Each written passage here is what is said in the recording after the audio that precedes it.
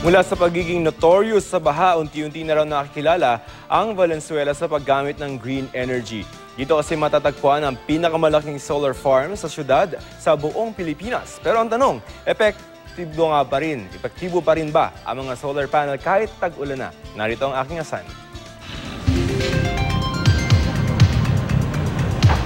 Mortal na kalaban ng mga taga-Valenzuela ang baha. Ilang barangay dito gaya ng Barangay Isla, madalas lubog sa tubig tuwing umuulan. Kaya ang mga tricycle dito malalaki ang gulong at ang mga bahay pinapataasan para di abuti ng tubig.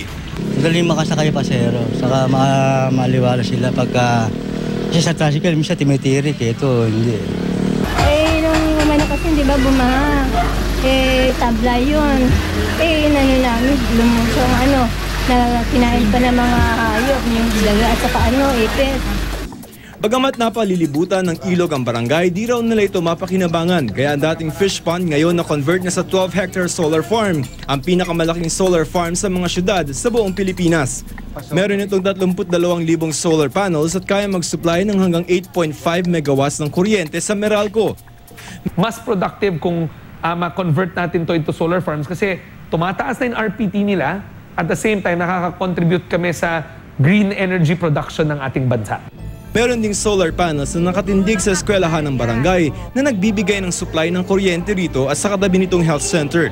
Pagmamayari ng pribadong kumpanya ang solar farm sa Valenzuela, pero katuwang ang gobyerno sa pag-aayos ng permit, gayon din sa pagbibigay ng donasyong solar panel na pakikinabangan ng komunidad. Ang katwiran ng Meralco, bago raw ilabas nila yung supply ng solar, dito muna sa Valenzuela pinupukol. Kasi bago nila dalhin sa iba, dito muna, di ba? Napakalaking bagay yun. Kasi kung magbayad dito ng bill dito, ang alam ko, 11,000, 12,000. Pero ngayon, ang nasabi nga nila sa amin, almost kalahati na lang daw. Di ba? Laking bagay yun. Pero ang tanong, epektibo pa rin ba ang mga solar panel ngayong tag-ulan na? Pag tag-ulan siguro at least meron tayong mga 30%, 20% na mapiproduce. So makakatulong pa rin tayo kahit paano. Para naman di abuti ng baha, tinaasan ang haba ng mga solar panel. Kasalukuyan ding pinapagawa ang drainage ng barangay.